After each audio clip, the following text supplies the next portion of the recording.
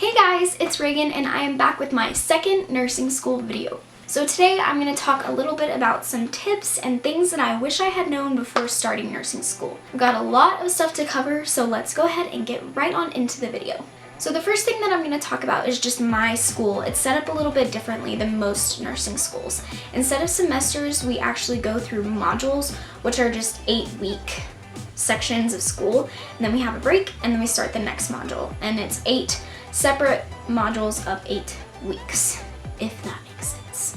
Another thing that is a little bit differently is it's not set up like college where you have one class, every Monday, Wednesday, Friday. It's just kind of a different teacher teaches different topics, and sometimes they talk for an hour, sometimes they talk for 3 hours. It just depends on the topic and it depends on the lecture. We also have like clinical days, simulation days, and we have a test once a week. I know that's different. Some semester-long nursing schools will have like 2 or 3 tests over a specific topic, but we actually have unit tests every week that covers like 4 or 5 different topics.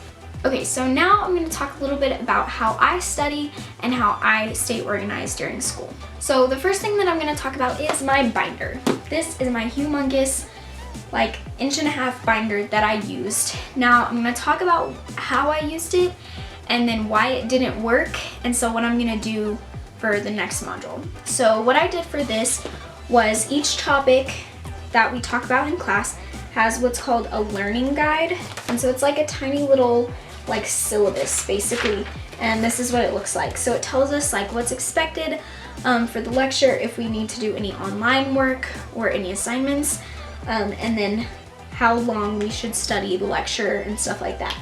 So this binder, I put in 26 tabs and I alphabetized them. So that way, like when we talked about hygiene, I could put it under H. When we talk about documentation, under D. But I had some issues with figuring out like certain topics like professional communication. I was like, do I put it under P or under C?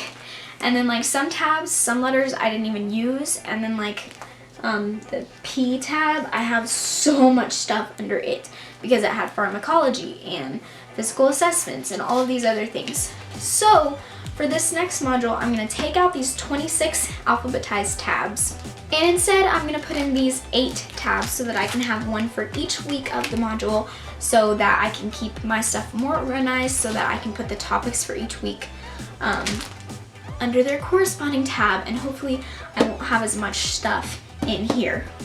I'm also going to talk about taking notes. So in that binder I would have the learning guide, and then I would have my notes for each topic. People kept telling me over and over, oh, I study by like rewriting the PowerPoints and blah blah blah, which is great for some people, but not for me. It took a long time for me to figure out what study methods worked for me. So I started out the module going home from school and just rewriting the PowerPoint, making it look all nice and pretty, and that's great, but I was not spending my time effectively. So I had to change my study style. So I went from writing the PowerPoints over and over really nice to instead following the guidelines that they give you for doing a physical assessment. When they talked about physical assessment, they told us look, listen, and then feel. So like when you're palpating the bladder or palpating the abdomen, you're gonna look at it, then you're gonna listen to it, and then you're gonna feel it in that order. And I was like, you know what? Doing it 3 times, like assessing in 3 different ways, is a really effective way to assess. And so I was thinking, what if I take that method and use that for studying? So instead of just rewriting the PowerPoint once, I look, listen, and then touch or do. So I started coming home and I would look at the PowerPoint and retype the PowerPoint. So I'm looking at it on my screen. Then I would record my lecture in class, so I would listen to it. And sometimes I would go through the PowerPoint if I could, but sometimes it was hard to follow along. So instead I would just re-listen to the lecture while I would re-listen to the lecture while I played Minecraft, or one week we had to make a poster board presentation. So I was listening to my lectures while I was painting away my poster board. That was really effective too. Then I would finish off by doing something. So I would write a concept map, or I would make a diagram, or I would do something with my hands. And majority of the time that was taking this notebook and like, here's some of the concept maps that I drew, or I would take like a single sheet of paper or 1 or 2 sheets of paper depending on the topic, and I would just write like the important key points from that lecture in a format where I could teach it to somebody else. So I would take the sheet of paper and I would either just kind of by memory go through and write things out, or just kind of pull from my notes, making sure not to just copy down word for word, but like writing in a way that I understand. So like here, I could not remember these, so I put them in a structure format. So then I made a podcast. That was part of the doing portion. I would take these notes that I had written out, and I would pull out my laptop and pull out the voice recorder, and I would record like an hour-long podcast covering the 4 or 5 topics that would be on the test. And I thought that that really helped me because it gave me one final review. I could listen to it the morning of the test, like while I was getting ready. And it just helped me, like if I could explain this in a way that I could teach somebody else, then that really means that I understand the material.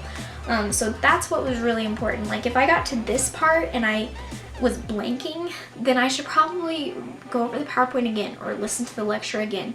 So I started doing this like the last 3 weeks of school, and oh my gosh, I was making A's left and right, and I was doing so well on my tests, and I was so happy. So the last things for like organization that I'm gonna talk about are these bad boys. So this is my planner, pretty self-explanatory, but I think that this is very important for everyone to have. This one has a section for each day, so I could write down like a list of things that I need to do so that I could be effective about my time. And then it also has the month section so that I can keep my school stuff and my life stuff in one place. And then this is my clinical clipboard. This isn't necessary, but I found that it was very beneficial. Some people didn't use these, and that's totally fine. But this was just really beneficial during like simulation and clinical lab stuff so that I could keep my stuff organized. And so it was really beneficial for me to be able to keep all of this stuff in one place. So now I'm just going to talk about some general tips. The first thing is, before school ever starts, get organized. Clear out your space. Like this is my desk where I study, and so I cleaned it off, I cleaned it out, got rid of all my stuff. I also took my computer, and I actually got a new computer before school started, so I didn't really have to worry about this as much. But I cleaned out my computer, got rid of all of the old pictures and documents and stuff that I didn't need so that I could have as much space on my computer as possible. So then once school actually started, each week on Sunday, I would take a couple hours to go through, print off all of my learning guides, and look through the lessons and see like what I need to do so that I could have enough time to take care of each section. And so Sunday was my day to just get stuff done. So pick a day each week to prepare for the next week. The next thing is, before school starts or during school, make sure that you have easy access to printing and coffee. Those things are kind of self-explanatory, but I didn't even think about it. Like the night before school started, I was like, oh my gosh, I need a printer. And we have one, but I had to print off so many things. So having access to a printer is very, very crucial. And coffee, obviously, it's coffee, so it's pretty self-explanatory. The next tip is, we bought books for nursing school, okay? But the thing is that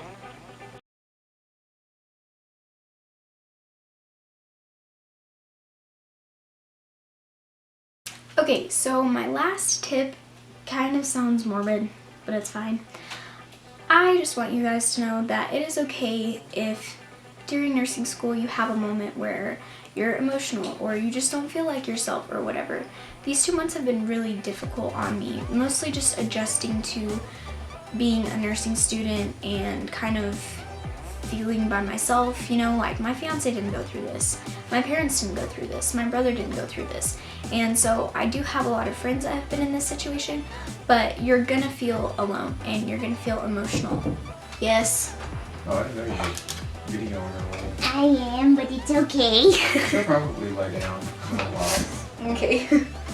What are you doing? Okay, anyways. My parents got a puppy. That's my puppy. So Anyways, as I was saying, I think it's very important to know that like it's okay to be emotional sometimes. It's okay to not feel okay sometimes. It is an adjustment, and nursing school is hard. Not just the material, but actually like being a nursing student is difficult. So yeah, make sure that you have a good support system, and make sure that your family, your kids, your spouse knows that you have made a commitment to being a nursing student, and then from there on you've made a commitment to being a nurse. Those things are so important that they be aware of those things. Just because school is hard. I mean, like I was saying, like these 2 months have been crazy, and I'm only 2 months in. Like saying 2 months, I just feel so like, wow, that's so lame because it's so short, but it's been a rough 2 months. So there's some just general tips about school, about organization, about studying. I hope that those tips are helpful, and I hope that you guys quickly, like once you start school, that you quickly are able to figure out what works for you, whether it be my method or not. And I hope that you guys enjoyed this video. I hope that you found it beneficial or whatever. Even if you didn't, I hope that you guys enjoyed. If you did, please give this video a big thumbs up and leave a comment down below if you have any video suggestions. Make sure to hit that subscribe button for some more nursing related content and some non-nursing related content. And I will see you guys next time. Bye!